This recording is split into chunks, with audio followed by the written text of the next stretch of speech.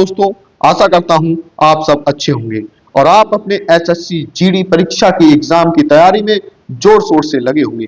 आज हम GK GS का एक प्रैक्टिस सेट लेकर आए हैं जो कि इस परीक्षा के लिए बहुत ज्यादा महत्वपूर्ण रहने वाला है। इसमें हमने पिछले वर्षों में पूछे गए प्रश्न और आगामी परीक्षा के लिए संभावित प्रश्नों के लिए तैयार किया है। हमें उम्मीद है कि ये वीडियो आपके लिए बहुत ही उपयोगी साबित होगा। तो चलिए बिना किसी देर किए हुए वीडियो को शुरू करते हैं। लेकिन वीडियो शुरू करने से पहले अगर आप हमारे चैनल पर नए हैं तो प्लीज चैनल को सब्सक्राइब जरूर करें। देखते हैं, पहला प्रश्न है, पैमानों की खोज ने यह सिद्ध कर दिया कि सिंधु घाटी के लोग माप और तौल से परिचित थे। ये खोज कहां पर हुई? ऑप्शन है कालीबंगा, हड़प्पा, चनूदड़ो, लोथल। तो इसका सही आंसर है लोथल। आप जानते होंगे हड़प्पा सभ्यता का सबसे बड़ा और प्रसिद्ध बंदरगाह लोथल था। कालीबंगा से जुते हुए खेत के प्रमाण मिले हैं। जुते हुए खेत, ध्यान रखिए, मैं जहां भी संभव होगा वहां उन चीजों का एक्सप्लेनेशन करूंगा जो आपके एग्जाम के लिए बहुत ज्यादा उपयोगी है। तो कालीबंगा जुते हुए खेत के साक्ष्य मिले हैं। हड़प्पा सभ्यता का खोजा गया ये पहला शहर था, इसीलिए इस सभ्यता का नाम हड़प्पा सभ्यता कहा गया। चूंकि ये सिंधु नदी के किनारे बसी थी, इसलिए इसे इंडस सिविलाइजेशन या सिंधु घाटी सभ्यता भी कहते हैं। माप तौल से संबंधित कुछ चीजें लोथल से मिली हैं, इसीलिए ये कहा गया कि माप और तौल से परिचित थे, तो ये खोज लोथल में हुई। बढ़ते हैं प्रश्न नंबर 2 की ओर। प्रश्न नंबर 2 है, उत्तर वैदिक काल के वेद विरोधी और ब्राह्मण विरोधी धार्मिक अध्यापकों को किस नाम से जाना जाता था? यजमान, श्रमण, अथर्वण, श्रेष्ठिन। तो इसका सही आंसर है श्रमण। जो वेद विरोधी और ब्राह्मण विरोधी, देव विरोधी जो धार्मिक अध्यापक थे उन्हें श्रमण नाम से जाना जाता था। एक शब्द यहाँ और प्रचलित है, श्रेष्ठिन। तो श्रेष्ठिन यहाँ व्यापारियों को श्रेष्ठिन कहा गया है। चलते हैं प्रश्न नंबर 3 की ओर। प्रश्न नंबर 3 है, किस प्रकार का मृदभांड पॉटरी भारत में द्वितीय नगरीकरण या शहरीकरण के प्रारंभ का प्रतीक माना गया है? बहुत इंपॉर्टेंट प्रश्न है इस परीक्षा के लिए। ऑप्शन है गेरू रंग वाले मृदभांड, ओसीपी चित्रित धूसर मृदभांड, पीजीडब्ल्यू उत्तरी काले पालिशकृत बर्तन, एनबीपीडब्ल्यू काले और लाल बर्तन, बीआरडब्ल्यू। इसका सही आंसर है उत्तरी काले पालिशकृत बर्तन, एनबीपीडब्ल्यू। इसे कहते हैं नॉर्थन ब्लैक पॉलिश्ड बेयर्स। तो इसका सही आंसर होगा, अगर द्वितीय नगरीकरण और शहरीकरण की बात होगी, इसके प्रारंभ का प्रतीक एनबीपीडब्ल्यू या उत्तरी काले पालिशकृत बर्तन। प्रश्न नंबर 4 देखते हैं। प्रश्न नंबर 4 है कि सिकंदर महान और पोरस जिन्हें पुर के नाम से भी जाना जाता है, कि सेनाओं ने निम्नलिखित में से किस नदी के आमने सामने वाले तटों पर पड़ाव डाला हुआ था? रावी, झेलम, सतलज, चिनाब। ऑप्शन सही आंसर है इसका झेलम। झेलम का प्राचीन नाम, ध्यान रखिए, बितस्ता है और इसे यूनानियों ने हाइडास्पीस नाम दिया था। हाइडास्पीस नाम दिया था। हाइडास्पीस, इसीलिए इसे हाइडास्पीस का युद्ध भी कहते हैं। सिकंदर महान और जो पुर के यानी कि पोरस के बीच जो युद्ध हुआ उसे हाइडास्पीस के युद्ध के नाम से भी जानते हैं। बढ़ते हैं प्रश्न नंबर 5 की ओर। प्रश्न नंबर 5 है कि बुद्ध ने निम्नलिखित में से किस स्थान पर महापरिनिर्वाण प्राप्त किया? महापरिनिर्वाण को मृत्यु कहते हैं और बौद्ध धर्म में इसे महापरिनिर्वाण कहा जाता है। ऑप्शन है कुशीनगर, कपिलवस्तु, पावा, कुंडग्राम। सही आंसर है इसका कुशीनगर में। महात्मा बुद्ध ने 483 ईसा पूर्व 80 वर्ष की उम्र में महापरिनिर्वाण प्राप्त किया था, जबकि इनका जो जन्म हुआ था वो भी बहुत इंपॉर्टेंट है। 563 ईसा पूर्व लुम्बिनी में, जो कि अब नेपाल में है। बढ़ते हैं नेक्स्ट प्रश्न की ओर। प्रश्न नंबर 6, किस शासक ने बौद्धों के लिए विख्यात विक्रमशिला विश्वविद्यालय की स्थापना की थी? महिपाल, देवपाल, गोपाल, धर्मपाल। तो पाल वंश के जो शासक थे, पाल वंश के जो प्रमुख शासक थे धर्मपाल, उन्होंने 8वीं शताब्दी में विक्रमशिला विश्वविद्यालय की स्थापना की थी। बहुत इंपॉर्टेंट प्रश्न है ये। नेक्स्ट क्वेश्चन देखते हैं, क्वेश्चन नंबर 7 है, यानी कि प्रश्न नंबर 7, वह शासक कौन सा था जिसने राज सिंहासन पर बैठने के लिए अपने बड़े भाई सुसीम की हत्या की थी? अशोक, अजातशत्रु, कनिष्क, सिमक। सही आंसर है इसका अशोक। बहुत इंपॉर्टेंट प्रश्न है ये भी। हमने कोशिश की है वो सभी प्रश्न लिए हैं जो इस परीक्षा के लिए बहुत ज्यादा उपयोगी है। प्रश्न नंबर 8 देखिए कि अशोक के शिलालेखों को पढ़ने वाला प्रथम अंग्रेज कौन था? John tower, Harry Smith, Charles Metcalfe, James Prinsep. तो इसका सही आंसर है जेम्स प्रिंसेप, जिसने 1837 ईस्वी में अशोक के शिलालेखों को पढ़ने में सफलता हासिल की थी। प्रश्न नंबर 9 देखिए। प्रश्न नंबर 9 है, लाल चेर के नाम से प्रसिद्ध वह चेर शासक कौन था जिसने कनंगी यानी पत्तानीपत के मंदिर का निर्माण कराया था? एलान, कारिकल, सेनगुट्टवन, नेदुन जेरल आदन। सही आंसर है सेनगुट्टवन, जिसे लाल चेर के नाम से जाना जाता था। तो इसमें दो प्रश्न शामिल हैं। एक तो लाल चेर के नाम से किसे जाना जाता है, तो सेनगुट्टवन, और किसने पत्तानी या कणंगी के मंदिर का निर्माण कराया, तब भी आंसर होगा सेनगुट्टवन। बढ़ते हैं प्रश्न नंबर 10 की ओर। कवि कालिदास किसके राज कवि थे? ये बहुत इंपॉर्टेंट प्रश्न है। इस प्रकार के प्रश्न सभी परीक्षाओं में पूछे जाते हैं। चंद्रगुप्त मौर्य, समुद्रगुप्त, चंद्रगुप्त द्वितीय, विक्रमादित्य, हर्ष। तो सही आंसर है चंद्रगुप्त द्वितीय, विक्रमादित्य। हम इसके बारे में थोड़ा और जानेंगे कि इनके दरबार में, चंद्रगुप्त द्वितीय के दरबार में कुछ और लोग भी रहते थे। कालिदास जो कि राजकवि थे इनके दरबार में, बाकी अमर सिंह जो कि संस्कृत के कोशकार और कवि थे, धन्वंतरी एक महान चिकित्सक थे, हरिसेन इलाहाबाद स्तंभ के रचयिता हैं, कहम्पक ज्योतिषी थे, शंकु वास्तुकला क्षेत्र में काम करने वाले, 12 महर खगोलविद थे, वररुचि व्याकरण शास्त्र की ज्ञाता थे, और बेताल भट्ट एक जादूगर थे। ये सभी चंद्रगुप्त द्वितीय के राज दरबार में रहते थे। तो यहां से एक प्रश्न हर बार बनने की पूरी संभावना रहती है। चलिए अगला प्रश्न देखते हैं। प्रश्न नंबर 11, गुप्त वंश का वह शासक कौन था जिसने हूणों को भारत पर आक्रमण करने से रोका? कुमारगुप्त, समुद्रगुप्त, स्कंदगुप्त, चंद्रगुप्त। इसका सही आंसर है स्कंदगुप्त। कुमारगुप्त को इस तरीके से याद रखिए कि इन्होंने नालंदा विश्वविद्यालय की स्थापना की थी। तो दो विद्यालय आएंगे, एक तो विक्रमशिला विश्वविद्यालय जिसे पाल वंश के शासक धर्मपाल के नाम से याद रखिए, और दूसरा कुमारगुप्त जिन्होंने नालंदा विश्वविद्यालय की स्थापना की थी। अगला प्रश्न, प्रश्न नंबर 12 कि बाणभट्ट किस सम्राट के राज दरबार के कवि थे? विक्रमादित्य, कुमारगुप्त, हर्षवर्धन, कनिष्क। तो सही आंसर है हर्षवर्धन।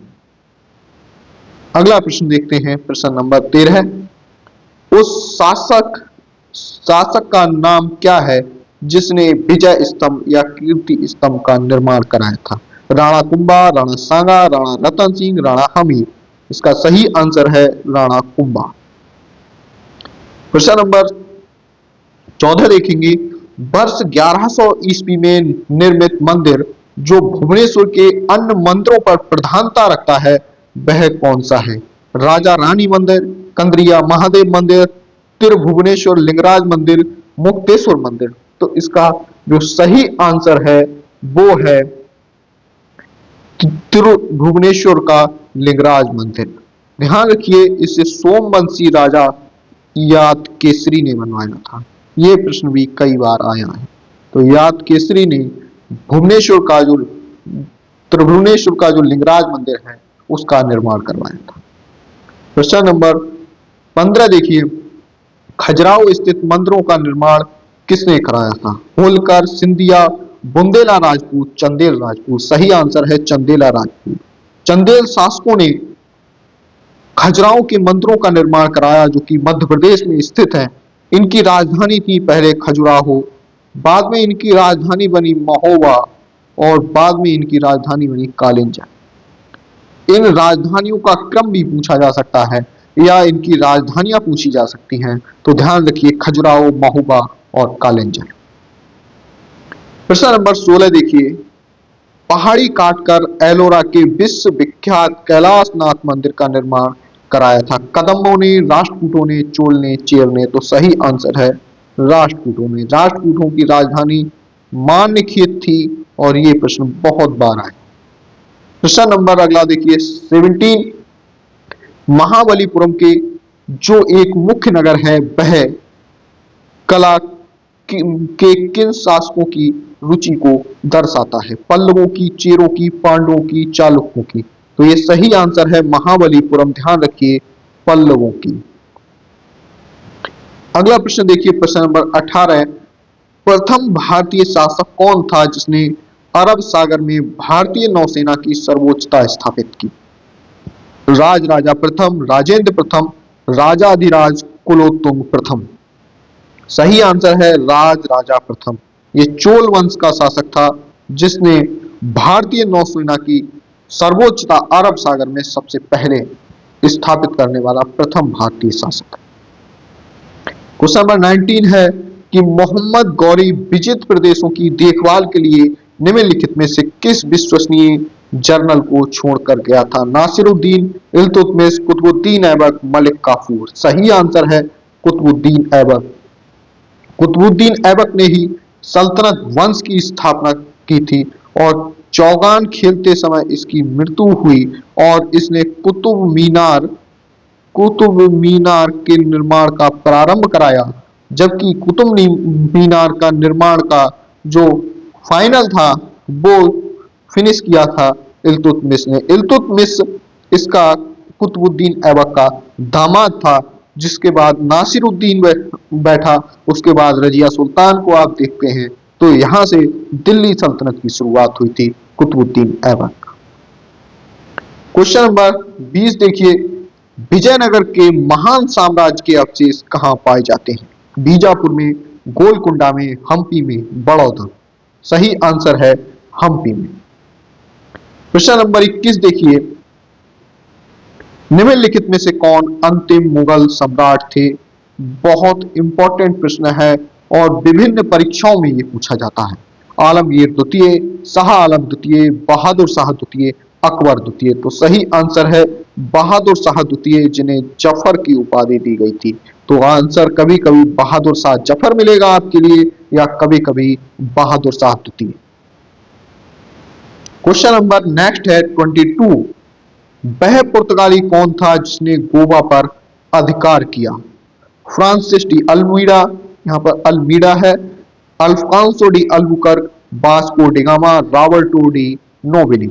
सही आंसर है इसका Alfonso de Albuquerque. Alfonso de Albuquerque Almeida के बाद आने वाला, बल्कि एक प्रकार से कहें सबसे शक्तिशाली पुर्तगाली शासक साबित हुआ था। वास्को डी गामा ने खोज की थी भारत की और अल्फांसो डी अल्मीडा अल्बुकर्क से पहले आया था।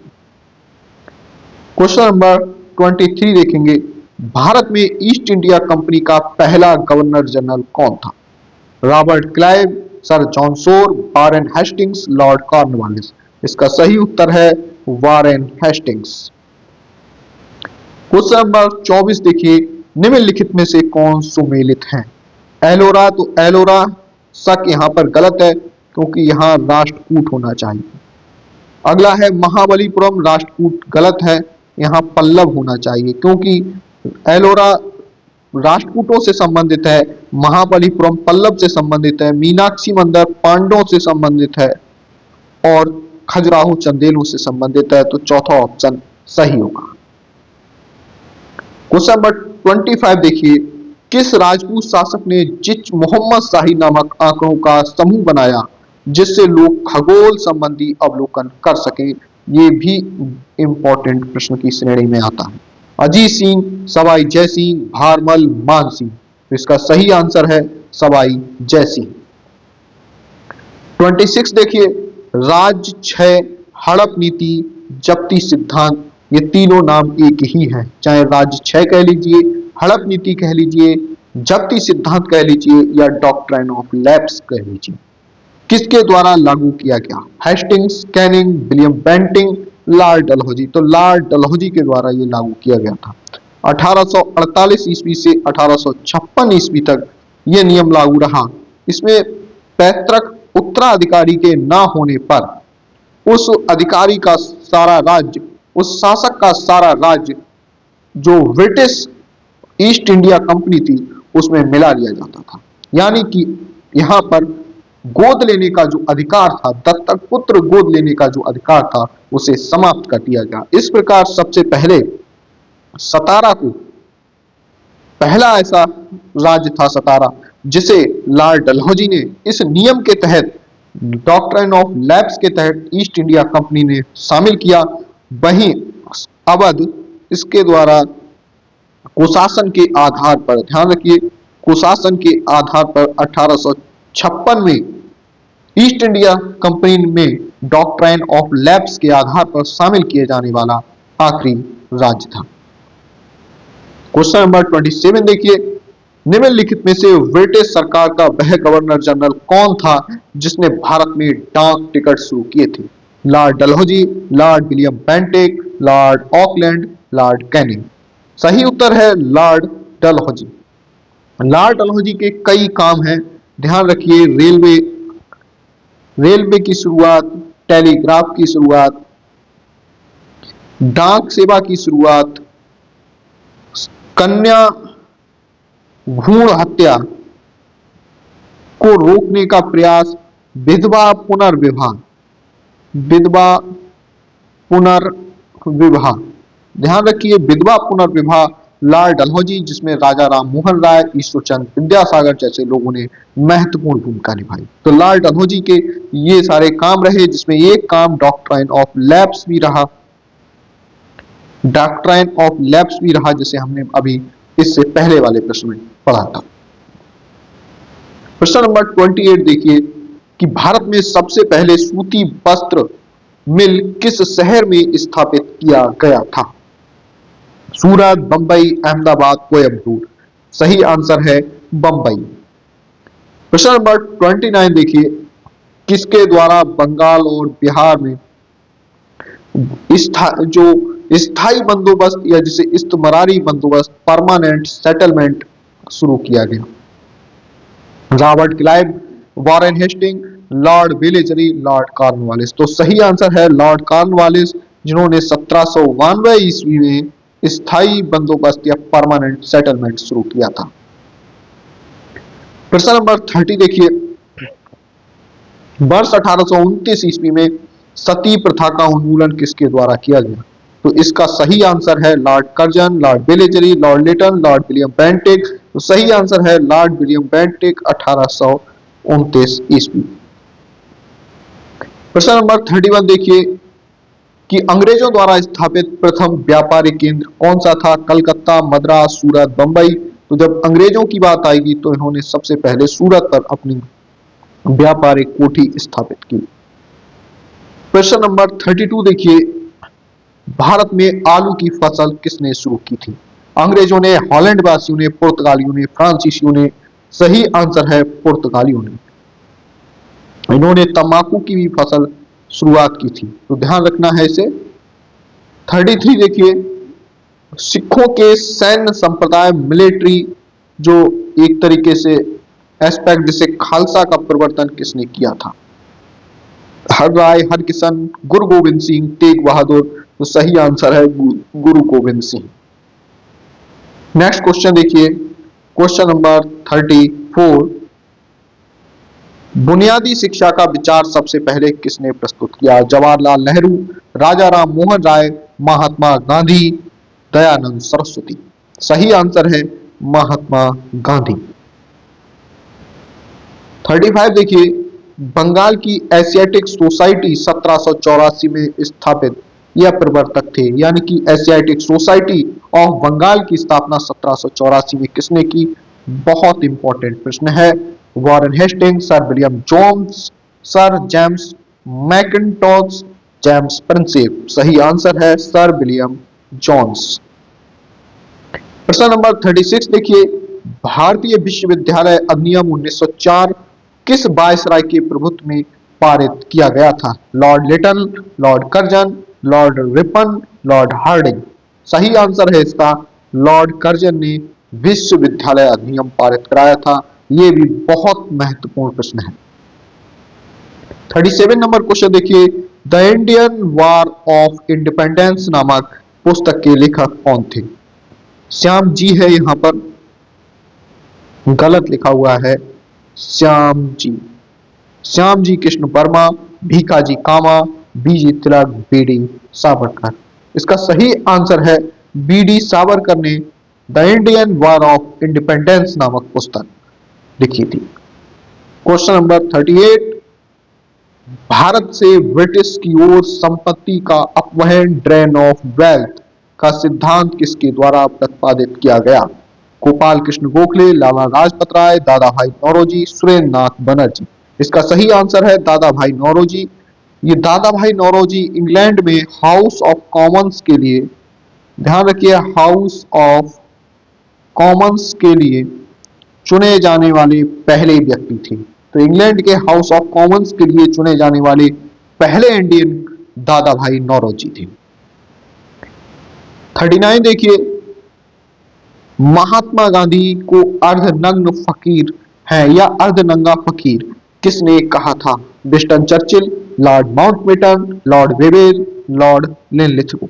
ध्यान दीजिए, वहां के प्राइम मिनिस्टर विंस्टन चर्चिल, यानी कि इंग्लैंड के प्राइम मिनिस्टर विंस्टन चर्चिल ने महात्मा गांधी को अर्धनंगा फकीर कहा था। 40 नंबर क्वेश्चन है, नील की खेती करने वालों के विरुद्ध विद्रोह को प्रदर्शित करने वाले नाटक नील दर्पण के लेखक कौन थे? दीनबंधु मित्र, बंकिम चंद्र चटर्जी, रविन्द्रनाथ टैगोर, नवीन चंद्र सेन। इसका सही आंसर है दीनबंधु मित्र। यह इस वीडियो का आखिरी प्रश्न था। आशा करता हूं वीडियो आपको अच्छी लगी होगी। बाकी प्रश्नों के लिए हमारे चैनल को सब्सक्राइब कीजिए। मिलते हैं अगली क्लास में, तब तक के लिए जय हिंद, वंदे मातरम।